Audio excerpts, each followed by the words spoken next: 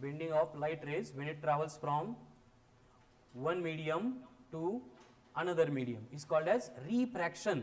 मतलब basic difference क्या है, देखो रिफ्लेक्शन एंड रिफ्रैक्शन में, रिफ्लेक्शन में मीडियम नहीं बदलता था, जिस मीडियम में से लाइट आता है उसी मीडियम में लाइट वापस आता है। तो रिफ्रैक्शन में क्या होता है, लाइट रे एक मीडियम में से आके दूसरे मीडियम में एंटर करता है, मतलब यहाँ पे मीडियम चेंज हो रहा है, एंड ये मीडियम के चेंज होने से लाइट की जो प्रॉपर्टीज होती है सारी प्रॉपर्टी चेंज होती है। क्या क्या चेंज होता है, जैसे रिफ्लेक्शन में हमने देखा था speed same, wavelength same, colour same,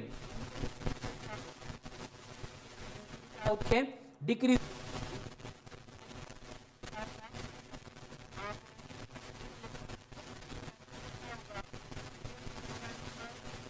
light की स्पीड चेंज होगी, एंड ये चेंज ऑफ स्पीड जो है वही रिस्पॉन्सिबल होती है लाइट के बेंडिंग के लिए। अगर स्पीड चेंज होगी तो वहां पे वेवलेंथ भी चेंज होती है, बट सिर्फ यहाँ पे फ्रीक्वेंसी सेम होती है। ऑन रिफ्रैक्शन क्या सेम होता है, फ्रीक्वेंसी सेम होती है, फ्रीक्वेंसी चेंज नहीं होती है, बाकी सारी प्रॉपर्टीज लाइट की क्या होती है, चेंज होती है। So write down next point, in case of refraction, in case of refraction,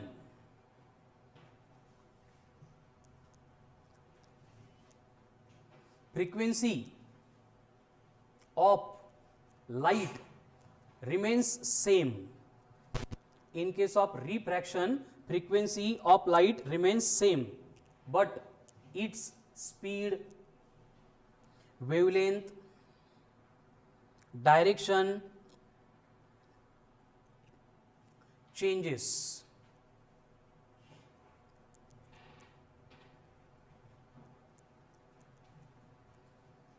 और एक स्टार मार्क करके पॉइंट यहां पे कि colour of the light remains same on refraction.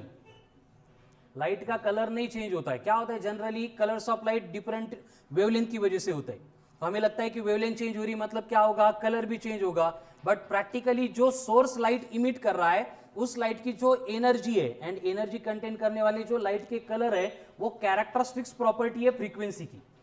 Different wavelength की वजह से कलर डिफरेंट होते हैं, लेकिन यहाँ पे फ्रीक्वेंसी जो है सोर्स प्रोड्यूस करता है वो कभी चेंज नहीं होती, इसलिए रिफ्रैक्शन में कलर सेम रहेंगे, कलर चेंज नहीं होंगे। यही बस एक कंफ्यूजिंग पार्ट होता है। क्लियर, ठीक है। नेक्स्ट पॉइंट, अब देखो रिफ्रैक्शन में क्या होगा, पहले अगर प्लेन सरफेस से रिफ्रैक्शन स्टडी करेंगे तो हमें लेना पड़ेगा, क्या लेना पड़ेगा, सरफेस। कौन सा सरफेस, प्लेन, प्लेन सरफेस। कौन सा प्लेन सरफेस, तो क्या बोलेंगे फिर उसको, वेरी गुड, ट्रांसपेरेंट मीडियम लेना पड़ेगा। क्या लेना पड़ेगा, ट्रांसपेरेंट मीडियम। अगर इस ट्रांसपेरेंट मीडियम पे एक पॉइंट पे लाइट इंसिडेंट हो रहा है तो वहां पे क्या ड्रॉ करेंगे, नॉर्मल। तो ये एन एन डैश कौन हो गया, नॉर्मल हो गया। अभी लाइट यहाँ पे इंसिडेंट होगी यहाँ पे, तो इंसिडेंट होने के बाद नॉर्मल के साथ में जो एंगल बनाया वो बनेगा आई। आई मतलब कौन, एंगल ऑफ इंसिडेंस, एंड इसको हम पहले जैसे क्या बोलेंगे, ग्लांसिंग एंगल। ठीक है, सपोज ये ओ है, ए के ऊपर इंसिडेंट हो रहा है, एंड ये अगर मीडियम चेंज नहीं होता तो इस पाथ के अलग वो ट्रैवल करता, तो ये कौन बन रहा है अभी, अनडिवेटेड रे। लेकिन लाइट की होने वाली है बेंडिंग, मतलब लाइट बेंड होके इस मीडियम में ट्रैवल करेगा, तो ये एंगल बनेगा आर, एंड ये ए बी क्या बनेगा यहाँ पे, रिफ्रैक्टेड रे। ये कौन होगा, इंसिडेंट रे। ठीक है, एंड ये एंगल किसकी between, undeviated ray and refracted रे जो भी होगा उसको बोला जाएगा डेल्टा। तो डेल्टा का मतलब क्या हो गया, एंगल ऑफ डेविएशन। तो रिफ्लेक्शन में सूरज एंगल ऑफ डेविएशन कितना था, तो रिफ्रैक्शन में कितना होगा, 360 माइनस 4 आए।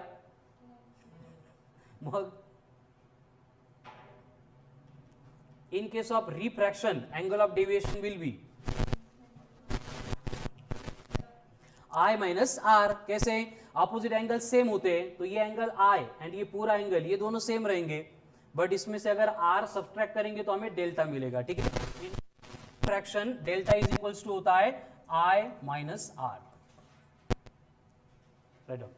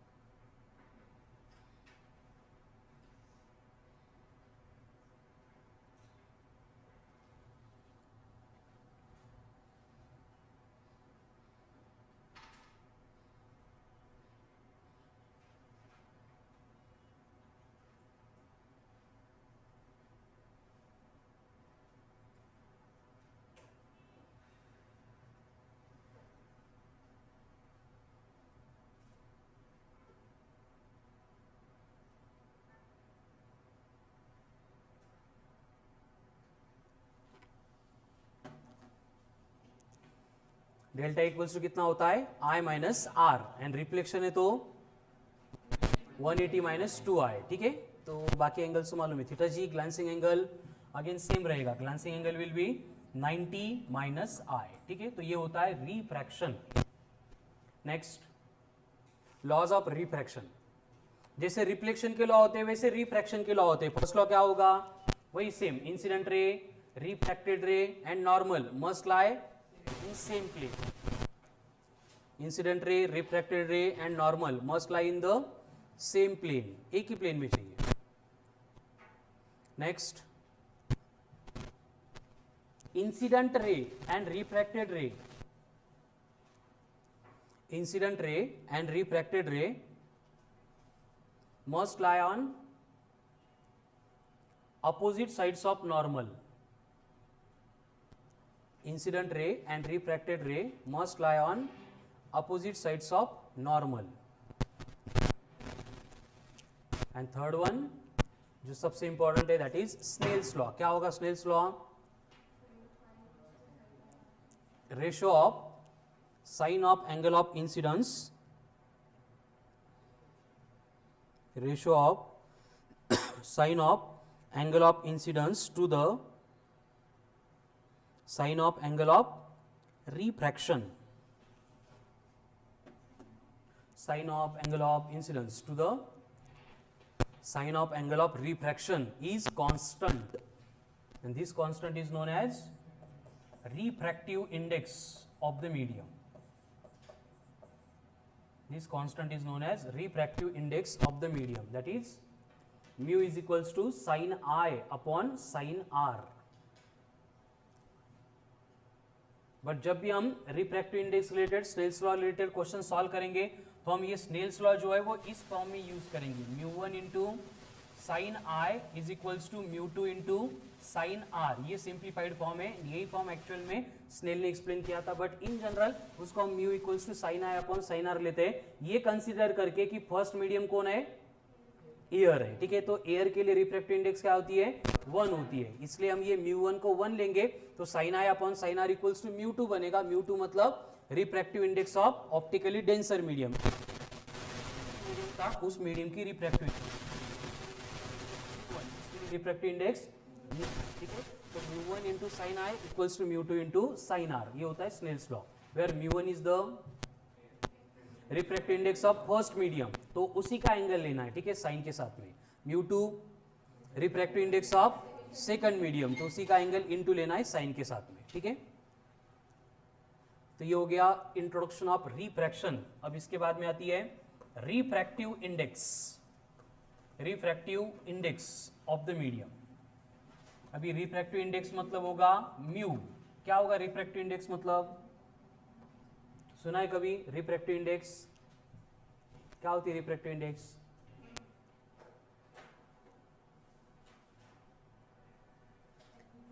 रिफ्रैक्टिव इंडेक्स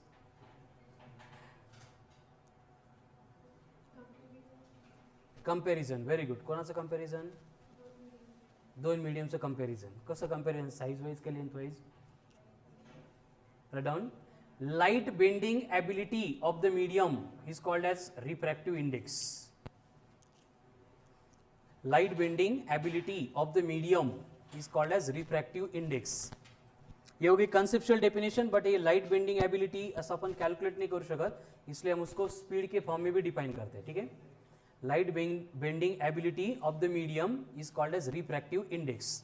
जैसे कि देखो एयर के लिए रिफ्रैक्टिव इंडेक्स 1 है, इसका मतलब वहां पे लाइट बेंड ही नहीं होती है, त्यामुळे आपल्याला एयर मध्ये स्पष्ट दिसतं, ठीक है।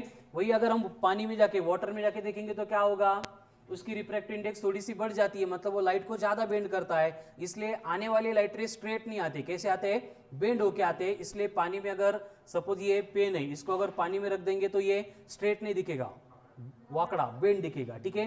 कॉइन अगर पानी में डाल देंगे तो ठंडी वाजते त्याला, है ना, छोटा सा होऊन जातो, कॉन्ट्रैक्ट होता है। इसका मतलब वहां पे क्या होता है कि जो साइज एंड शेप हमें ऑकर हो रही है एयर में जैसे दिखती है, अदर मीडियम में नहीं दिखेगी, क्योंकि वहां पे लाइट बेंड हुआ है, एंड बेंड करने की मीडियम की जो एबिलिटी है that will become refractive index, ठीक है। नेक्स्ट, और refractive index of the medium is defined as speed of light, नहीं, defined as ratio of speed of light in the medium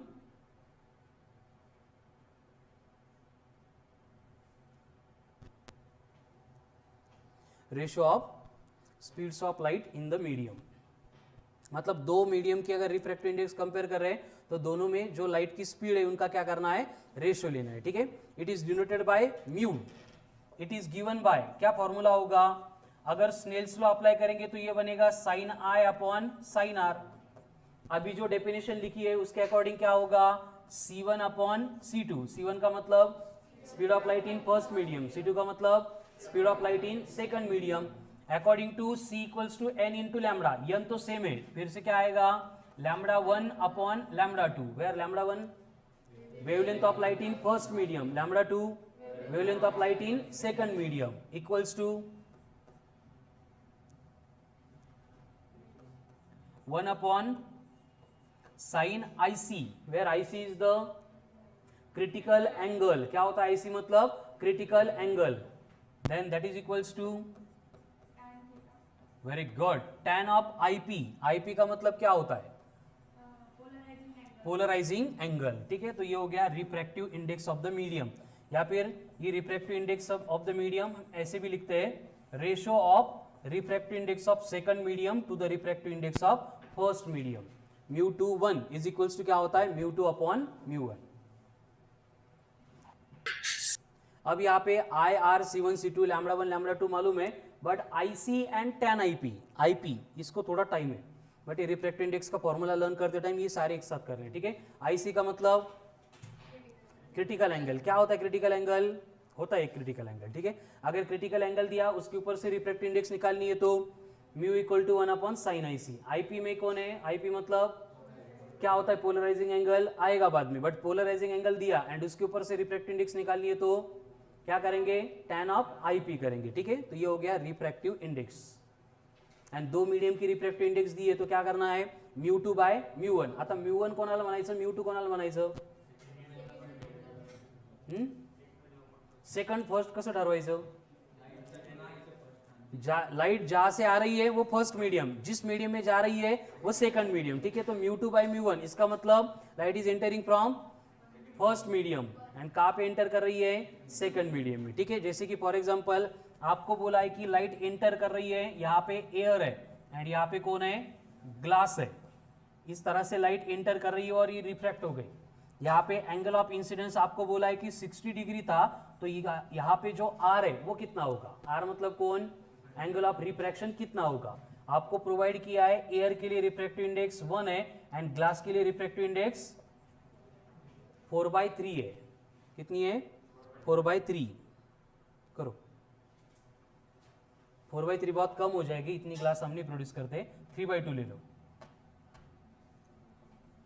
vary होती है ग्लास का मटेरियल कौन सा है उसके अकॉर्डिंग, बट इन जनरल हम 3/2 लेंगे। डायमंड है तो ले मोटा, डायमंड की रिफ्रैक्टिव इंडेक्स सबसे लार्जेस्ट होती है, कितनी है,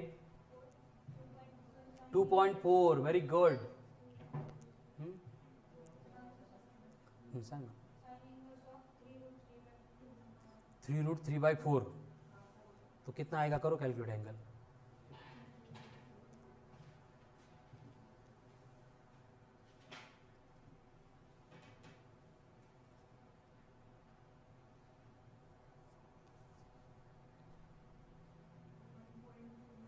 देखो स्नेल्स लॉ अप्लाई करेंगे तो इक्वेशन क्या बनेगा, mu 1 into sine I equals to mu 2 into sine R. इसमें मिस्टेक होने के चांस बहुत कम होते हैं।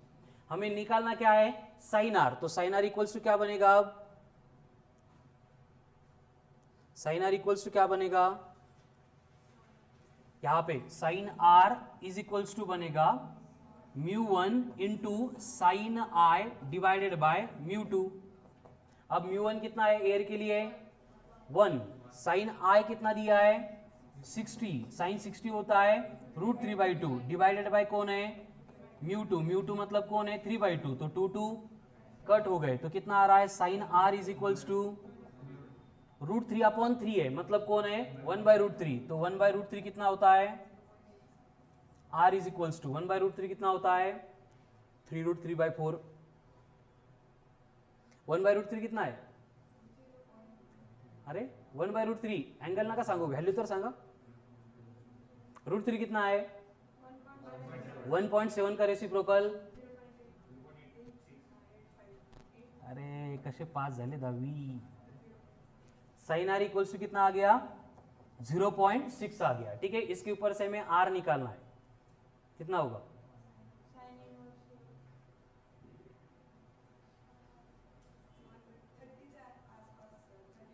होगा बर. ठीक है, साइन 0.5 कौन है? साइन 30 है. 0.7 कौन है? 45 है. तो इसका मतलब इनके बिटवीन जो आ रहा है 0.6, ये कितना होगा? 36, 38. इसके आसपास जो भी रहेगा that will be your answer. ठीक है, तो आर हो गया इस केस में 36 डिग्री या फिर 37 डिग्री. खड़ा लो. चलो नेक्स्ट.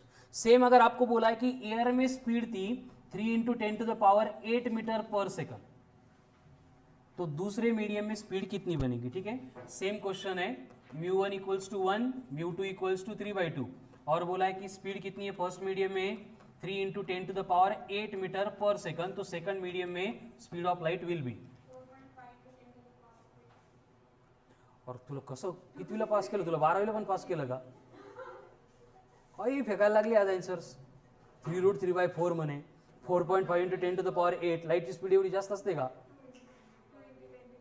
अभ्यास कमी कर बेटा थोडा, एवढी गरज नाही आपल्याला. 2 × 10⁸. काहीतरी झोप जास्त राहते तू. क्या होगा?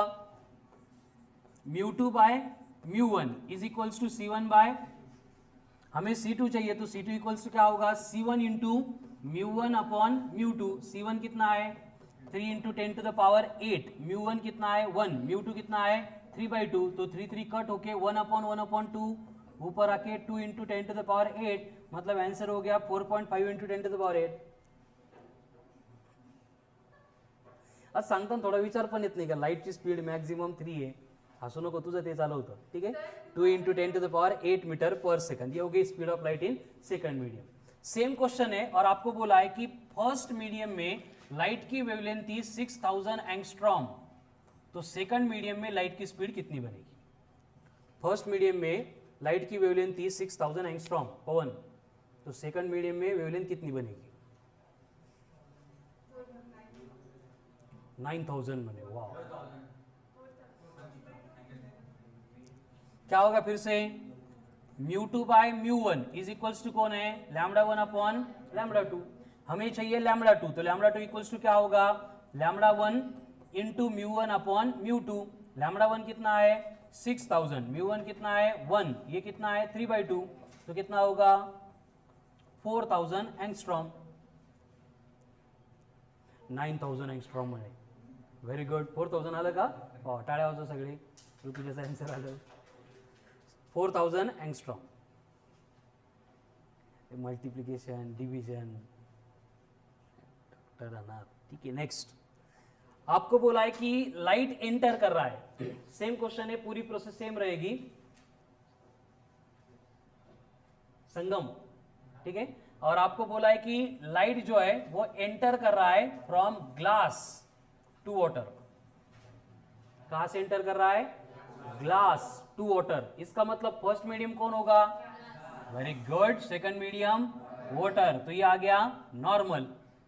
ग्लास के लिए रिफ्रैक्टिव इंडेक्स, वाटर के लिए 4/3. तो आपको बोला है कि अगर वाटर में जो एंगल ऑफ रिफ्रैक्शन है वो 45 डिग्री है, तो इसका मतलब लाइट कितने एंगल से इंसिडेंट हुआ होगा? What will be the angle of incidence? I.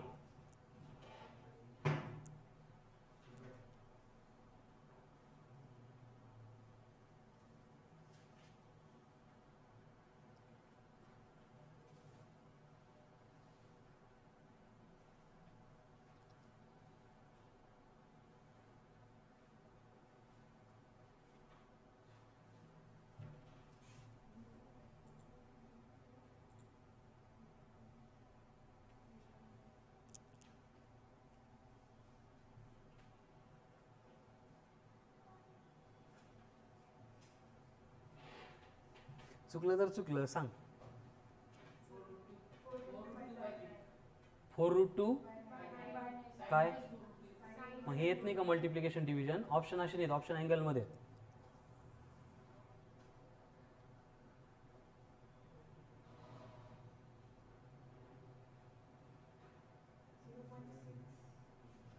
Degree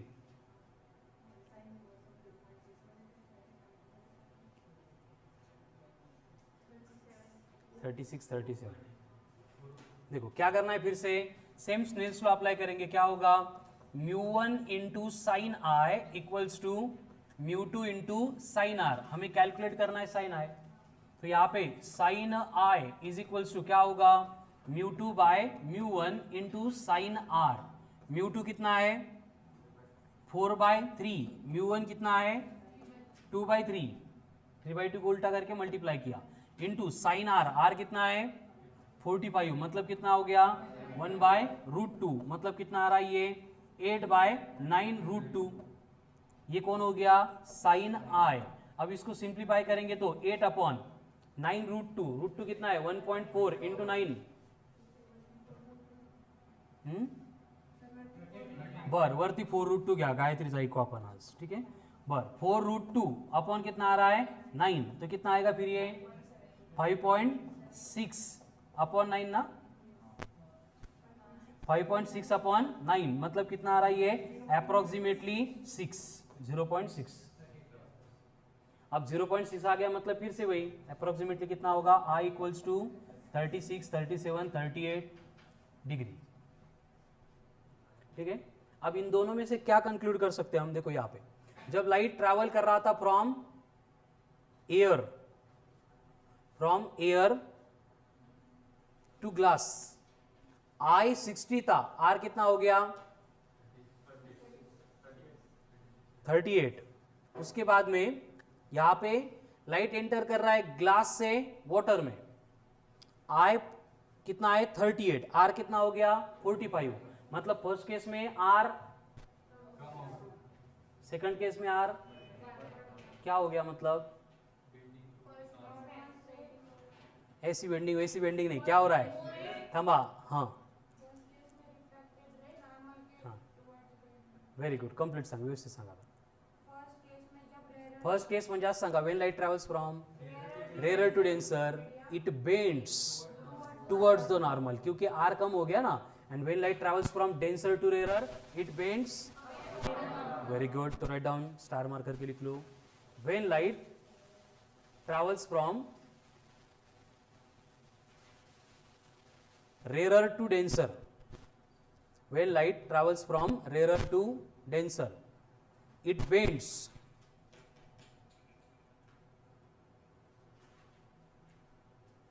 rarer to denser है तो it bends towards normal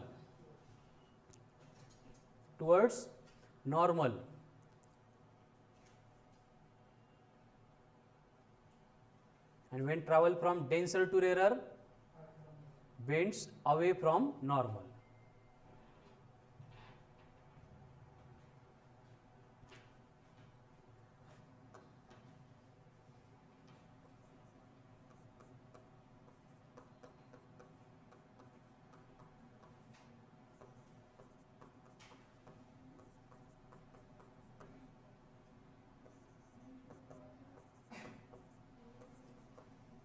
clear है चलो नेक्स्ट क्वेश्चन आपको दिया है कि लाइट ट्रैवल कर रही है from air to glass of refractive index 3/2 अगर एयर में लाइट की फ्रीक्वेंसी है 3 × 10⁻14 हर्ट्ज तो ग्लास में फ्रीक्वेंसी कितनी होगी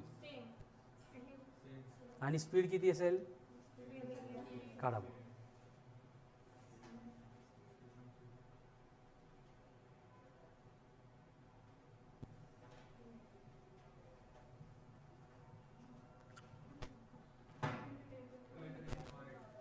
2 × 10⁸ कैसे पवन कळा लगा C1 तर दिलाच नव्हता बट C1 माहिती ना आपल्याला 3 × 10⁸ होता है एयर में तो यहाँ पे क्या करना पड़ेगा फिर से वही mu is equals to C1/C2 तो C2 इक्वल्स टू C1/म्यू म्यू कितना है 3/2 तो 3/3/2 मतलब 2 × 10⁸ मीटर पर सेकंड सेम क्वेश्चन है बस यहाँ पे बोला है कि लाइट ट्रैवल कर रहा है from glass to water. Glass में रिफ्रैक्टिव फ्रीक्वेंसी आपको गिवन है 4 इंटू 10 की पावर 14 हर्ट्स। कितनी है? 4 into 10 to the power 14 hertz. And wavelength given है 3000 एंगस्ट्रॉम। तो आपको बोला है कि वाटर में लाइट की स्पीड कितनी होगी। ये बघा क्या गिवन है कि लाइट ट्रैवल कर रही है from glass to water. Glass में फ्रीक्वेंसी, ग्लास में वेवलेंथ गिवन है, and what will be the speed of light in water.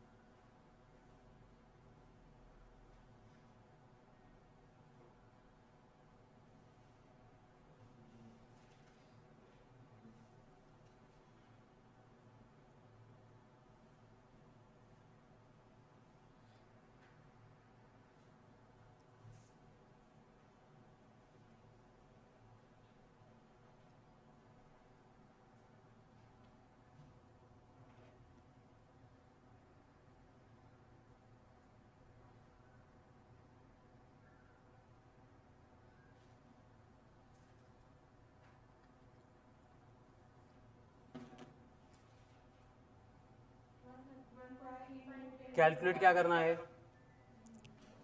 C2। उसके लिए पहले क्या करना पड़ेगा? C1 कैलकुलेट करना पड़ेगा। कैसे?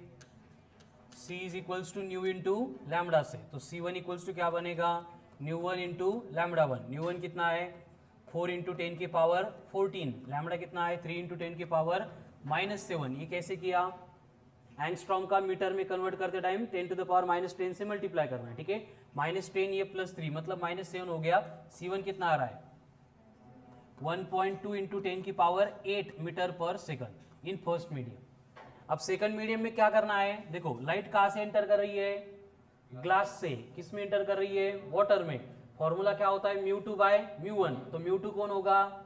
वाटर। तो ये बनेगा μ for W upon μ for glass is equals to C1 upon, यानी कि C2 इक्वल्स टू बनेगा C1 into mu for glass upon mu for water.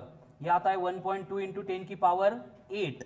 Mu for glass 3/2, mu for water 4/3।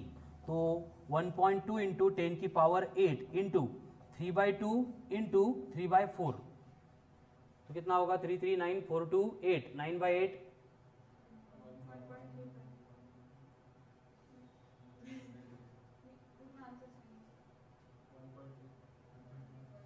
1.1 1.1 into 1.2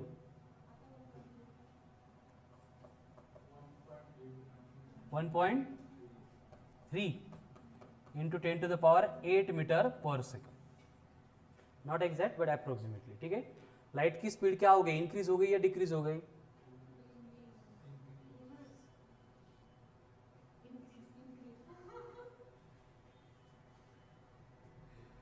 चांगल्या दाखवणे बेटा, एग्जाम जवळ आली ठीक पण।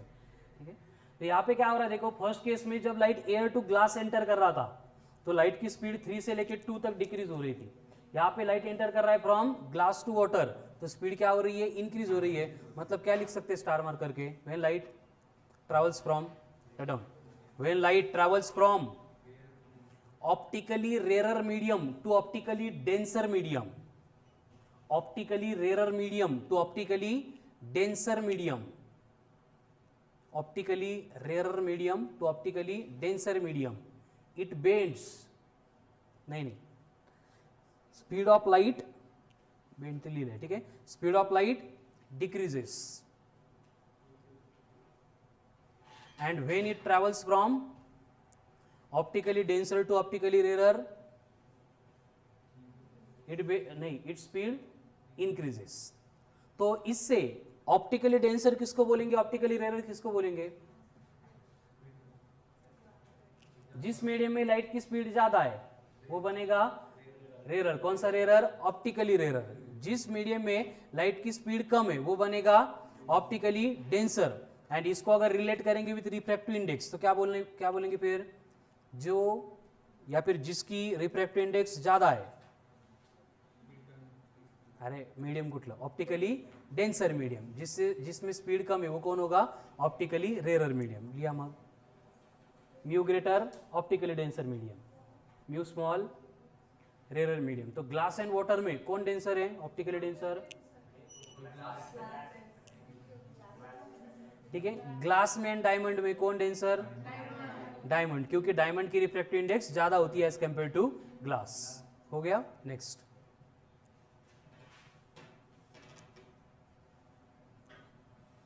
Calculate angle of deviation, calculate angle of deviation for refraction if a light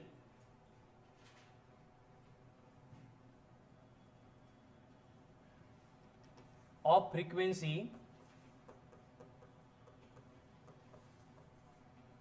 if a light of frequency 3 into 10 की power 14 hertz, 3 into 10 की power 14 hertz when enters into a medium, when enters into a medium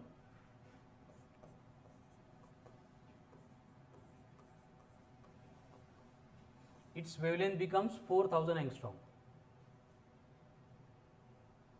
wavelength becomes 4000 angstrom and angle of refraction is 30 degree, angle of refraction is 30 degree.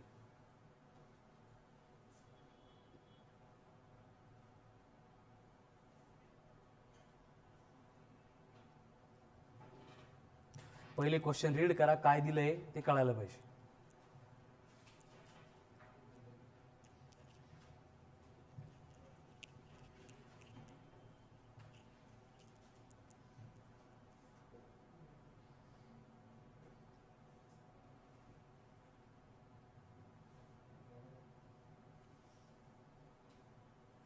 Delta निकालना है, delta angle of deviation असं लिहिलंय स्टार्टला, calculate angle of deviation.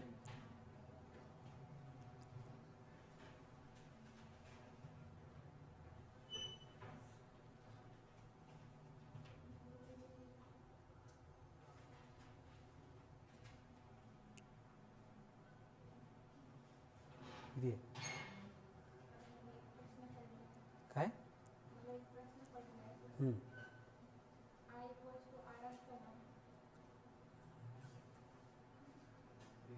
बघा चांगली ठिकाणी यायला. गायत्री तुझ्या tablet असेल ती दिला बेटा.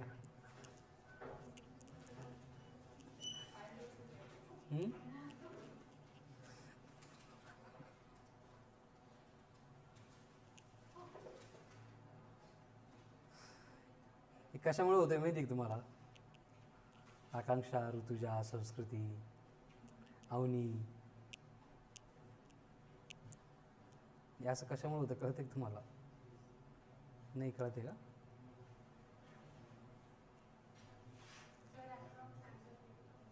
किती आहे, 42 डेविएशन. आय किती आलाय,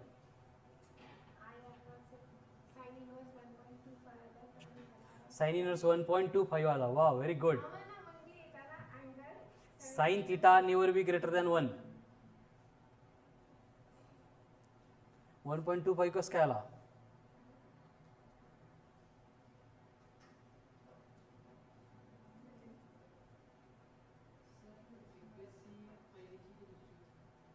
पहिल्याची.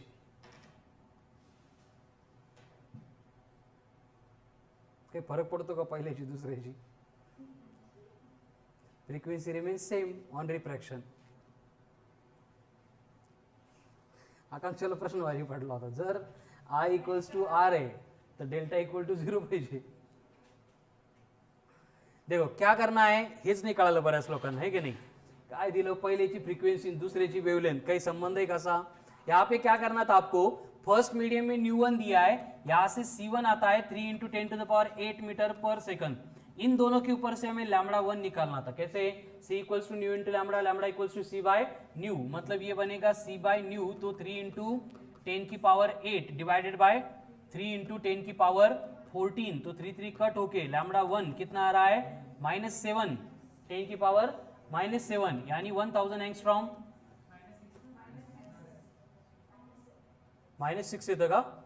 म्हणजे किती ले 10,000 एंगस्ट्रॉम नाही कळत आहे. नाही नाही ठीक आहे गायत्री 5 मिनट नहीं बेटा. हे बघा काय होईल, लैम्बडा 1 इज इक्वल्स टू +8 ऊपर आएंगे तो -8, मग 10 की पावर -14, अब 10 बेस से में पावर के एडिशन करेंगे तो 8 - 14 10, वेरी गुड, 10 की पावर -6, बट ये मीटर में हमें करना है इसको एंगस्ट्रॉम में. एंगस्ट्रॉम में कन्वर्ट करने के लिए क्या करना है, +10 से मल्टीप्लाई करना है. अब यहाँ पे 10 - 6, 10 की पावर 4 एंगस्ट्रॉम, मतलब कितना होता है 10,000 एंगस्ट्रॉम. ये कौन है, लैम्बडा 1. यहां तक क्लियर हो गया सबको. Lambda 1 10,000 angstrom. लैम्बडा 2 दिया कितना है, तो म्यू इज इक्वल्स टू क्या होगा, म्यू इज इक्वल्स टू बनेगा लैम्बडा 1 अपॉन लैम्बडा 2. तो हाँ, तो क्या होगा फिर 10/4 कितना आ रहा है 2.5, मतलब हमने डायरेक्ट डायमंड रख दिया है. हे चालतंय बेटा 1 च्या वर. असं लिहून दिलंय की मी refractive index never be greater than 1, it is always greater than 1. Sine I वर चाललंय का, बरं ठीक आहे. क्या होगा फिर mu equals to sine I upon sine R. तो साइन आई कितना होगा, mu into sine R. Mu कितना है 2.5, साइन आर, आर कितना दिया है 30, कितना होता है 1/2, तो कितना आ रहा है फिर 1. असं कसं झालं,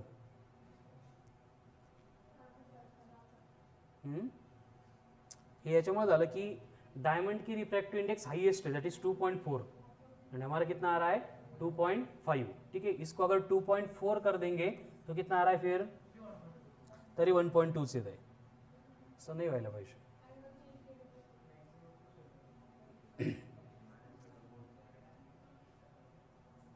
ये आर है 30 डिग्री, मतलब बेंडिंग इतनी ज्यादा होती है यहाँ पे. ये 1 से ग्रेटर क्यों आ रहा है, क्योंकि एंगल ऑफ रिफ्रैक्शन जो है ना 30 डिग्री इतना बड़ा आता ही नहीं है.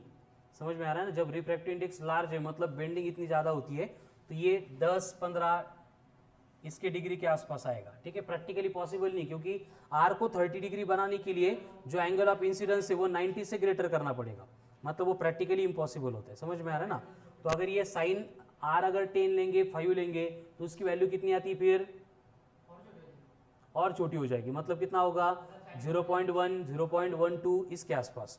तो 0.1 इंटू 2.5 करेंगे तो कितना आएगा 0.25, फिर वो रेंज में आ जाएगा. ठीक है, ऐसा क्यों हुआ, क्योंकि ये रैंडम नंबर दिए तो इसलिए होता रहता है. ठीक है, प्रोसेस तर कळा ली. चलो सेम टाइप का question next. Calculate the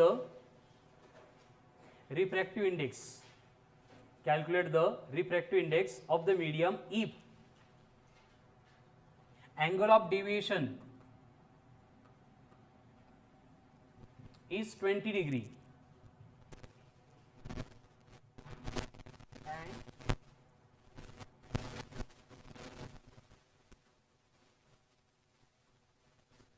angle of deviation is 20 degree and speed of light in the medium, speed of light in the medium is 2 into 10 to the power 8, 2 into 10 to the power 8 metre पर second. क्या calculate करना है, बोला ही नहीं ना अभी. Refractive index calculate करना है if speed of light in the medium is 2 into 10 to the power 8 metre पर सेकंड. हो गया क्वेश्चन.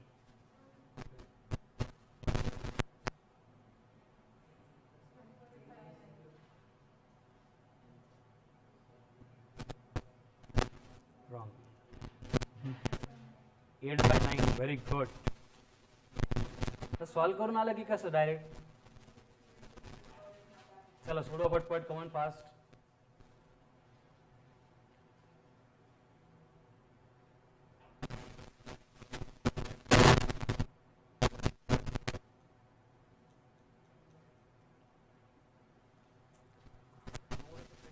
क्वेश्चन आहे, 2-4 कन्सेप्ट मिक्स आहेत, स्टेप बाय स्टेप सोडवा.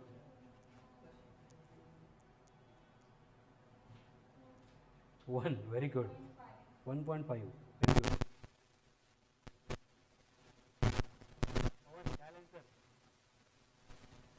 डेविएशन की कंसेप्ट मिक्स करके सॉल्व करना है बस.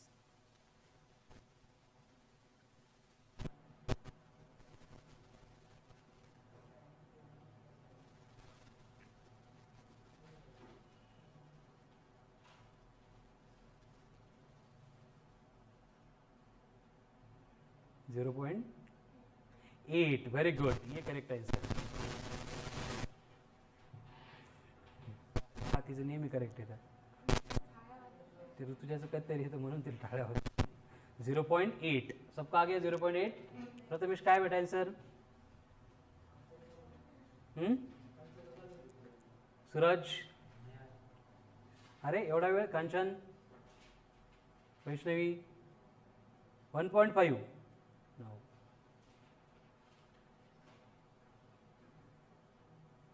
अरे बाळांनो इकडे लक्ष द्या. जिस मीडियम की रिफ्रैक्टिव इंडेक्स निकालनी है उसमें स्पीड दी है, c2 दिया है. म्यू इक्वल्स टू क्या होता है? c1 upon c2. c1 कितना है? 3 into 10 to the power 8. c2 दिया है 2 into 10 to the power 8. Cancel. 1.5. हे असंच दिलं होतं.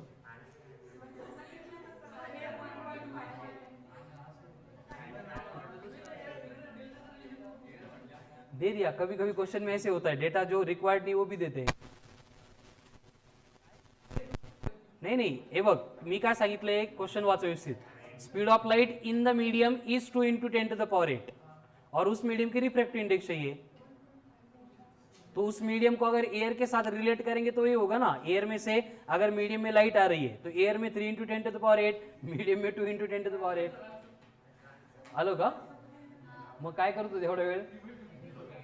डेल्टा मध्ये पुट करून बघत होते का? चलो नेक्स्ट. if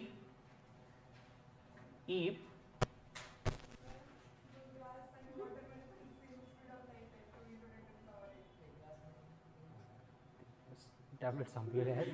5 मिनिटांनंतर तिला कळतं, सांगायचं नाही बेटा. ती स्वतःलाच कळतं 5 मिनिटांनंतर. ते झूममध्ये नाही कधी लॅग असतो व्हॉइसचा आणि ऑडिओ व्हिडिओचा, तसे तिच्या व्हिडिओचा आणि ब्रेनच्या सिग्नलचा थोडासा लॅग येतो. ठीक आहे. Next question.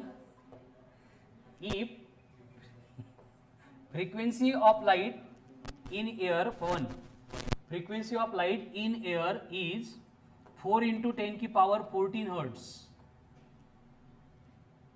4 into 10 की power 14 hertz. And wavelength of light in the given medium, first medium air है, in the given मतलब वो optically denser medium होगा. Wavelength of light in given medium is 5000 angstrom.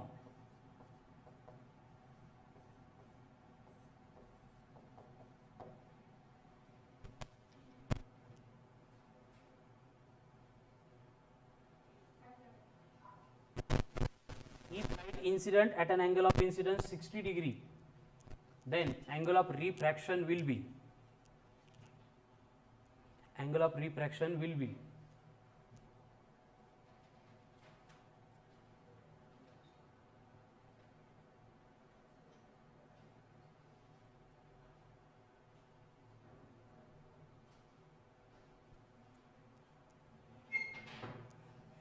एक minute. ये frequency जो है ना, इसको 4 इंटू 10 की पावर 15 ले लो. 4 इंटू 10 की पावर 15.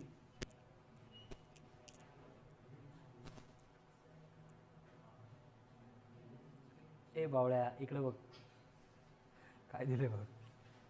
काय झालं कन्फ्युजन तुझं? मी नॉर्मली बोलत होतो असा. बावळ्या न्यू 1 गिवन है और लैम्डा 2 गिवन है. आई दिया एंड पूछा आर.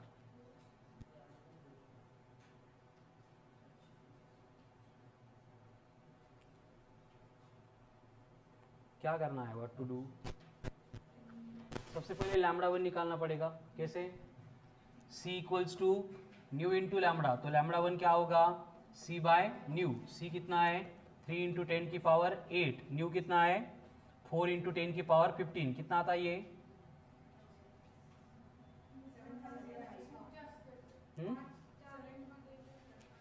नहीं नहीं, ये कितना आता है लैम्बडा 1? 750 का 00, 750 येत आहे का? हाँ, 3/4 कितना है 0.75 इंटू 10 की पावर -7, तो इसको अगर 10 की पावर +10 से मल्टीप्लाई करेंगे तो कितना आ रहा है ये? 750, एक जीरो बढ़ाने के लिए इसको 14 ही रहने दो। अब सॉल्व करो, क्योंकि पहला मीडियम ईयर दिया है ना, तो उसके कंपैरिजन में वेवलेंथ कम होनी चाहिए। Lambda 1 7500 angstrom, then calculate R. R का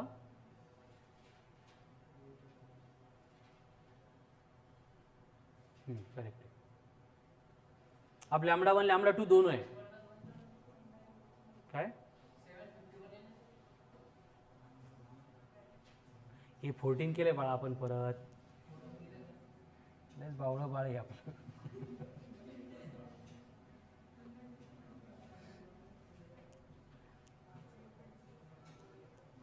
ठीक है, उसके बाद में लैम्बडा 1 लैम्बडा 2 गिवन है, म्यू इक्वल्स टू क्या होगा?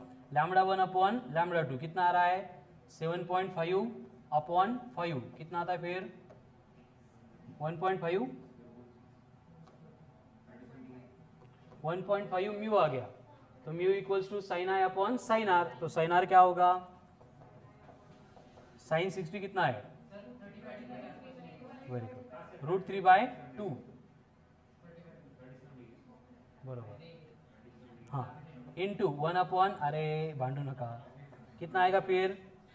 साइन आर अप्रोक्सीमेटली अगेन 0.6, तो आर कितना आ रहा है? Near about 36, 37, 38 degree.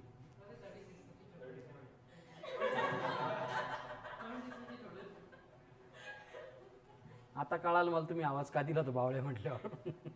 दोघांनीच रिस्पॉन्ड केलं होतं पूर्ण क्लासमध्ये तुम्ही। चलो हो गया, next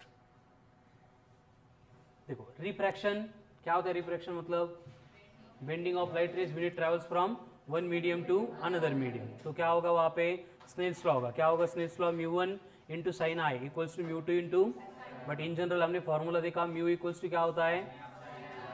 sign I upon sine R equals to C1 upon equals to lambda 1 upon lambda 2 equals to sine I C equal to tan of I P. I C का मतलब, आई पी का मतलब, उसमें दो चीजें हमें मालूम होगी कि when light enters from rare to denser it bends towards normal, when enters from denser to rare bends, ठीक है। उसके बाद में speed of light is less in optically denser medium, optically rare medium में क्या होती है? ज्यादा होती है, ठीक है। Next point, optical path, optical path, optical path,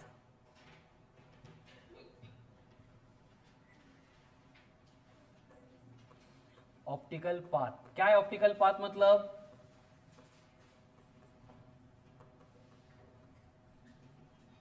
distance travelled by light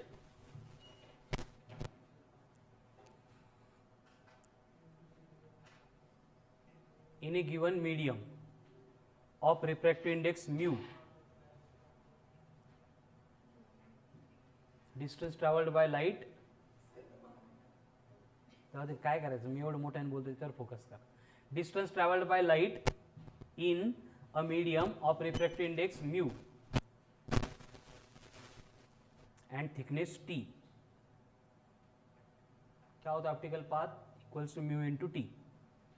mu का मतलब, टी का मतलब thickness, optical path.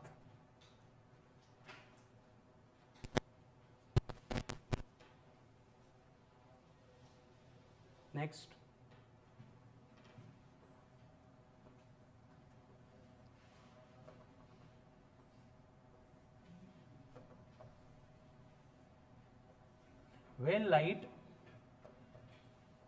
when light enters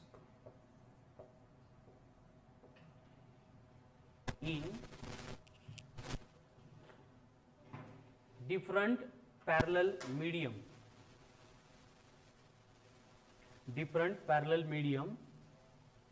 with different refractive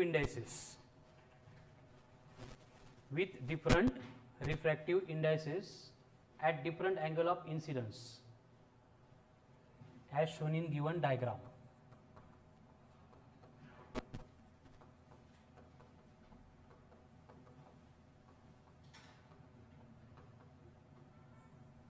Then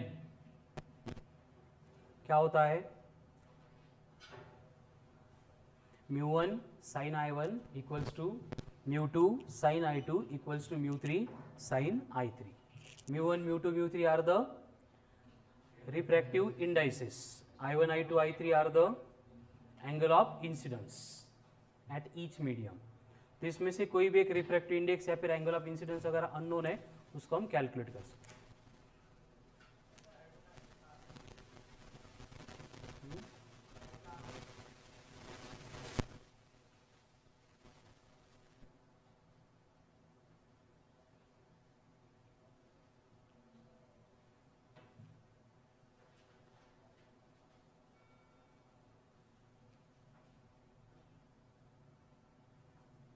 ठीक है.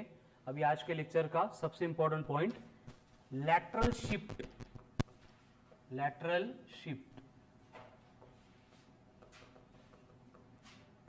और लैटरल डिस्प्लेसमेंट. लैटरल शिफ्ट और लैटरल डिस्प्लेसमेंट ऑफ रे of light through glass slab. Through glass slab. एकदम सिंपल पॉइंट है. देखो क्या होगा, एक ग्लास स्लैब होगी, ग्लास स्लैब, इसके ऊपर एक लाइट रे इंसिडेंट होगा, जैसे कि ये नॉर्मल है, यहां पे लाइट रे इंसिडेंट हो गया, ये एंगल ऑफ इंसिडेंस आ गया आई.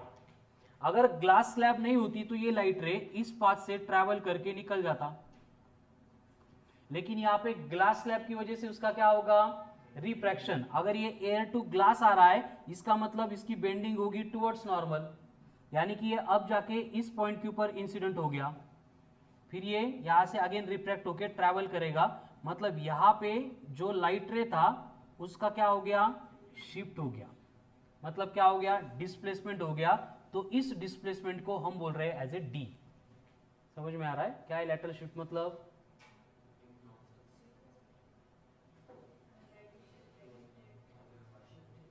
लैटरल शिफ्ट मतलब क्या है, perpendicular distance between undeviated ray and refracted ray. Lateral shift और lateral displacement is the perpendicular distance between undeviated ray and refracted ray of light.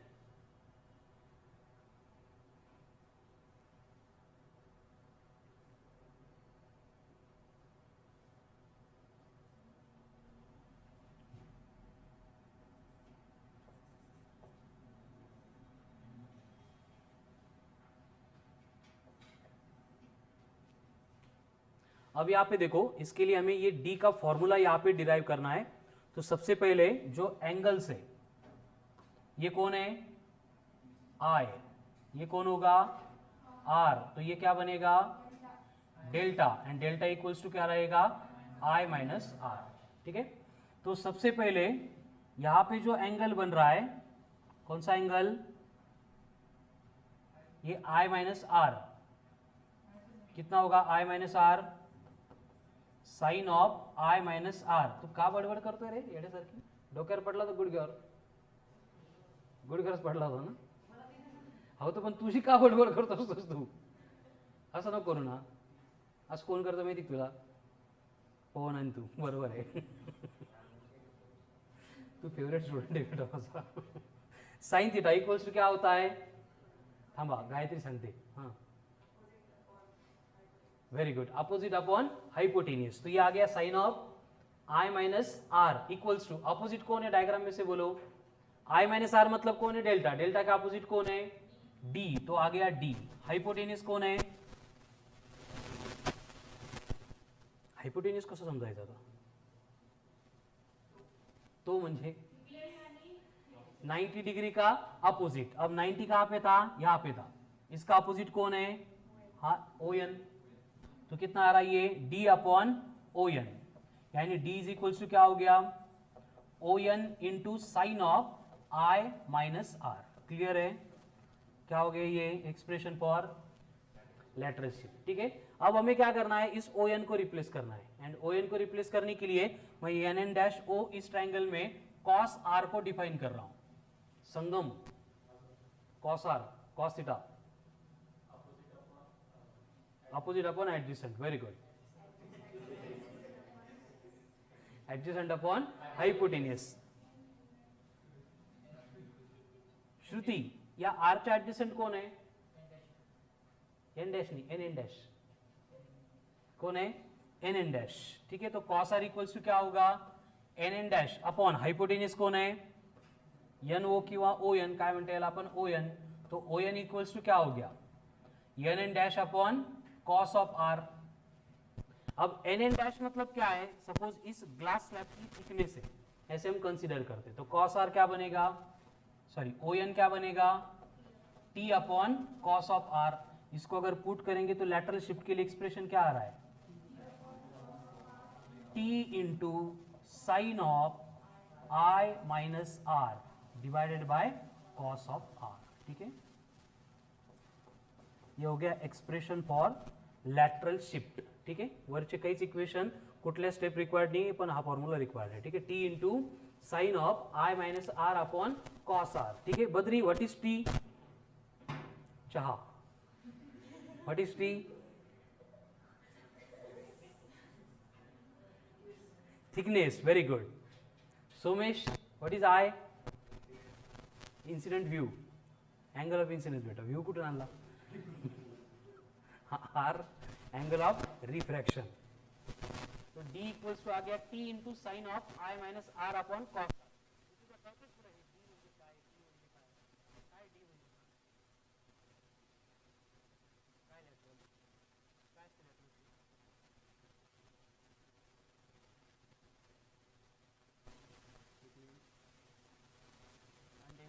Reflected or refracted? Refracted. D equals to T into sin of I minus R upon cos.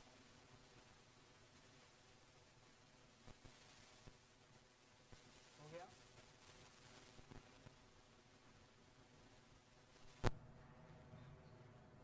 Lateral shift D equals to T in bracket sin of I minus R upon cos R.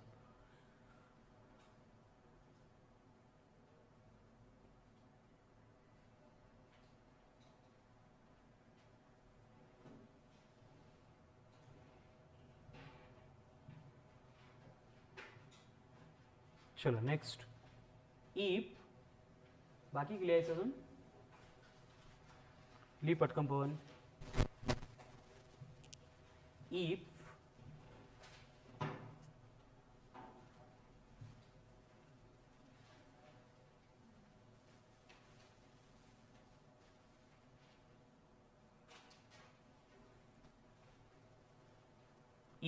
Angles are very small, जो in general होता है. ठीक है, generally क्या होता है? Angles are very small. तो वहां पे क्या होगा? एंगल्स अगर स्मॉल है तो जो साइन थीटा होता है उसको हम अप्रोक्सीमेटली थीटा ही कंसीडर करते हैं. एंड अगर वेरी स्मॉल है तो कॉस थीटा जो है वो 0 के आसपास चला जाता है, तो वो 1 बनता है. तो गिवन जो फॉर्मूला था हमारा D इक्वल्स टू क्या था? बोलो ऋतुजा. D इक्वल्स टू क्या होतं? T into sine of I minus R divided by cos of R. ये वैल्यूज अगर पुट कर देंगे तो D इक्वल्स टू क्या हो गया? T in bracket I minus are.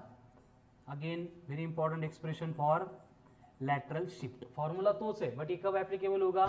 If angles are very small. कितने स्मॉल? लेस देन 10 डिग्री चाहिए. अगर क्वेश्चन में बोला है कि एंगल्स आर स्मॉल, डायरेक्ट यही फॉर्मूला यूज करेंगे. या फिर एंगल्स की वैल्यू गिवन है एंड वो दिख रही कि 7 डिग्री है, 5 डिग्री है, लेस देन 10 डिग्री है, तो भी ये यूज करेंगे. बट ग्रेटर देन 10 है तो डायरेक्ट कोणता? थांब थांब थांब पवन, डायरेक्ट कोणता? परत परत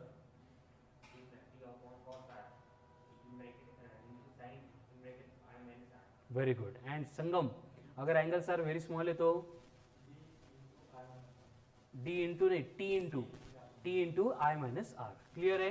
बट अभी क्या होता है कि डेटा जो है हमें आई आर के फॉर्म में दिया है, बट क्वेश्चन में जो गिवन डेटा आता है कभी कभी वो म्यू के फॉर्म में होता है. म्यू मतलब कौन? Refractive index. इसके लिए हमें क्या करना पड़ेगा, यहाँ पे sine of I minus R इसको एक्सपांड करना पड़ेगा sine C minus sine D से, sorry sine of C minus D से.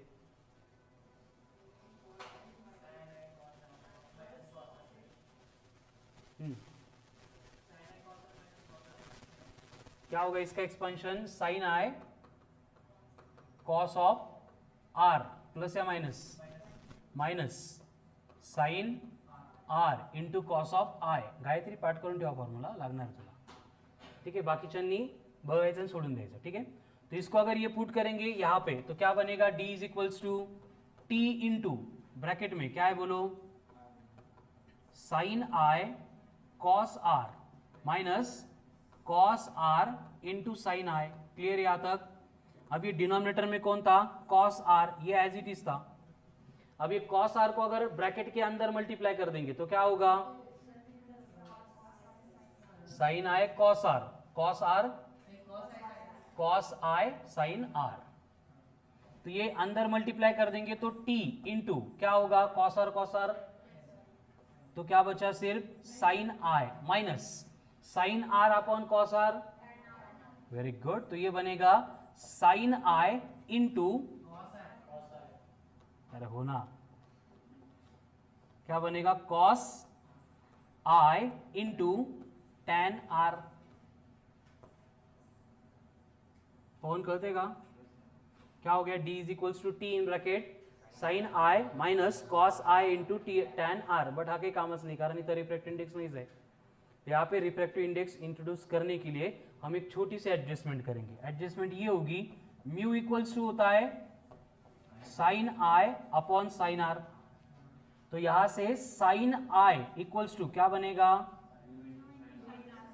या फिर साइन आर लेते, साइन आर इक्वल्स टू क्या बनेगा? Very good, sign I upon mu बनेगा. क्लियर ये. अगर इसके अकॉर्डिंग राइट एंगल ट्रायंगल बना दिया एंड राइट एंगल के ट्रायंगल के इस एंगल को आर बोल दिया तो साइन थीटा क्या होता है? Opposite upon hypotenuse. तो अपोजिट कौन है? साइन आई. हाइपोटेनियस कौन है? तो ये बची हुई साइड कौन बनेगा? कसा आला असेल विचार करा बरं. हे वेरी गुड. Pythagoras theorem. क्या होगा Pythagoras theorem? Base square plus height square equals to hypotenuse square. तो बेस स्क्वायर क्या बनेगा? Hypotenuse square minus height square. मतलब रूट लेंगे तो क्या हो गया? Mu square minus sine square into I. Clear यहां तक. ये किसकी वैल्यू हुई है? किसी की भी नहीं है. अब इसके ऊपर से हम tan r निकालेंगे. क्या होगा tan r? फिर tan r opposite upon adjacent. Opposite कौन है? Sine I. एडजेसेंट कौन है? Root of mu square minus sine square into I. अभी ये tan r हमें यहां पे पुट करना है. क्या होगा बोलो? d is equals to T in bracket sine I minus cos of I into था tan r. बट अभी tan r क्या लिखा हमने? Sine I upon root of mu square minus sine square I. ये ब्रैकेट क्लोज. एकदा check करून घ्या. tan r equals to कितना था? Sine I root of mu square minus sine square I. ठीक है, बाकी सेम है. तो यहां पे क्या होगा? साइन आई तो d इज इक्वल्स टू बनेगा t into sine I in bracket 1 minus cos of I divided by root of mu square minus sine I का साइन स्क्वायर आई. ये हो गया expression for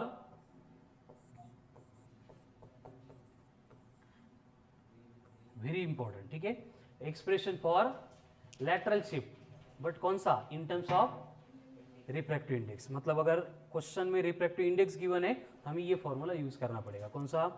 t into sine I in bracket 1 minus cos I upon root of mu square minus sine square into I. ठीक है, तो lateral shift के हमें 3 फॉर्मूले मिले. Avni, first one.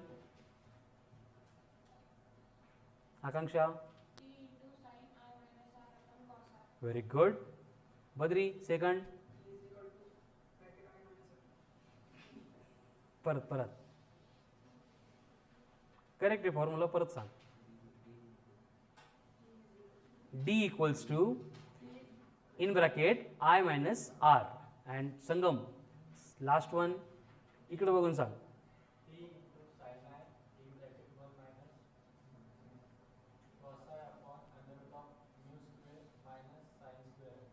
Very good.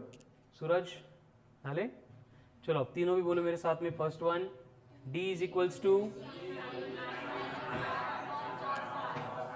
T into sine of I minus R upon, ये कब use करेंगे? अगर एंगल्स IR गिवन है, थिकनेस गिवन है, एंड एंगल्स कैसे है? कंसिडरेबल है, लार्ज है, ग्रेटर देन 10 डिग्री है. अगर एंगल स्मॉल है तो D equals to T in bracket I minus R. And अगर रिफ्रैक्टिव इंडेक्स के फॉर्म में डेटा गिवन है तो T sine I in bracket 1 minus cos I upon root of mu square minus sine square I. Shruti, stand up. तिन्ही पण सांग बेटा.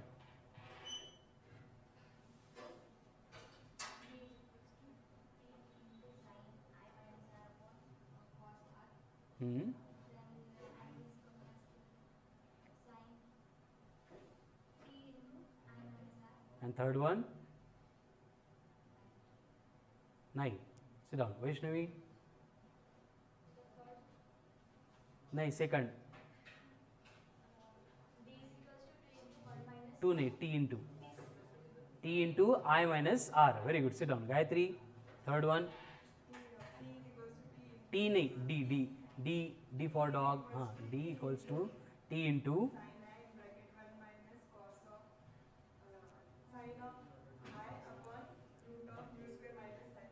Sign I का साइन स्क्वेयर I.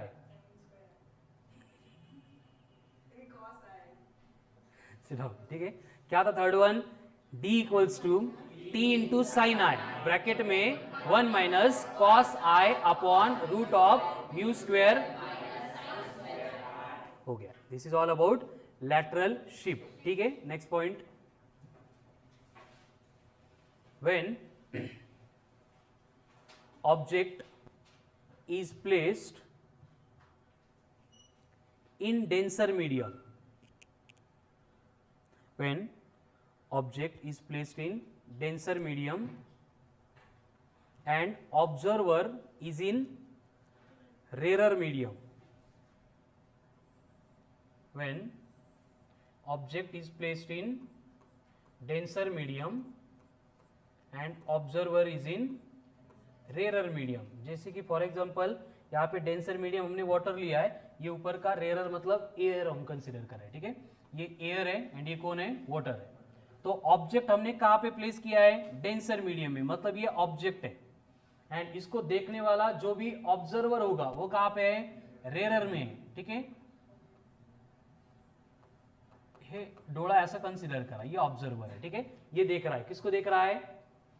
ऑब्जेक्ट को. तो होता क्या है, देखो, ये ऑब्जर्वर के पास जो लाइट रे यहाँ पे आ रहा है वो डायरेक्ट नहीं आ रहा है.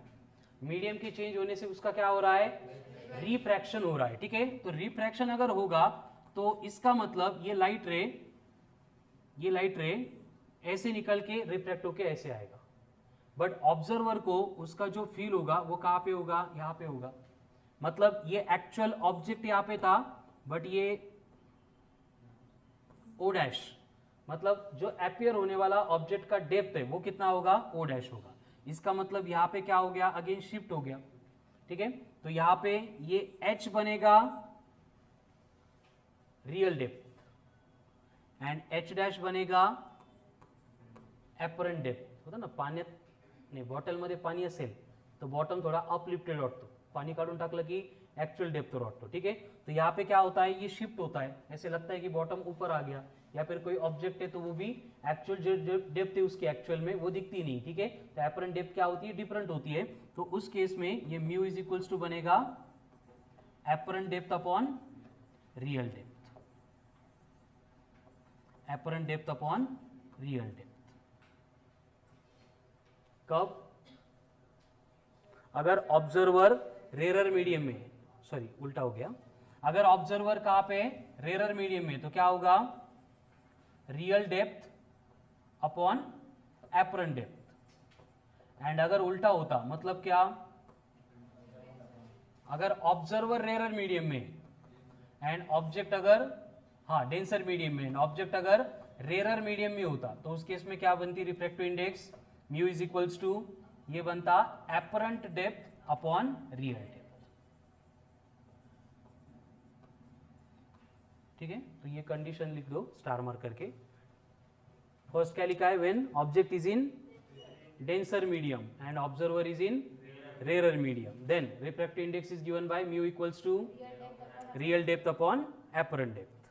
and उल्टा कर देंगे तो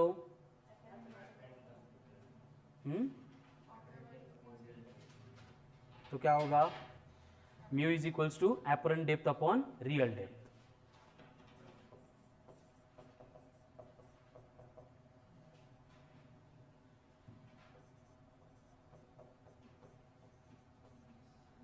एंड इस केस में जो भी शिफ्ट होगी ऑब्जेक्ट की वो रहेगी h in bracket mu minus 1 and h in bracket 1 minus 1 by mu.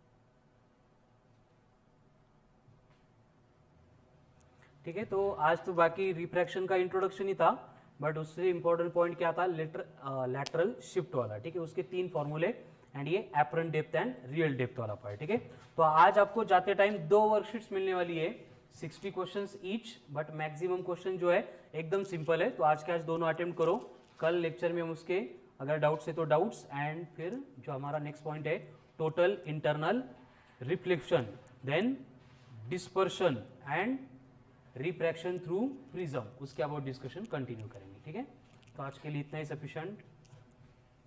Evening में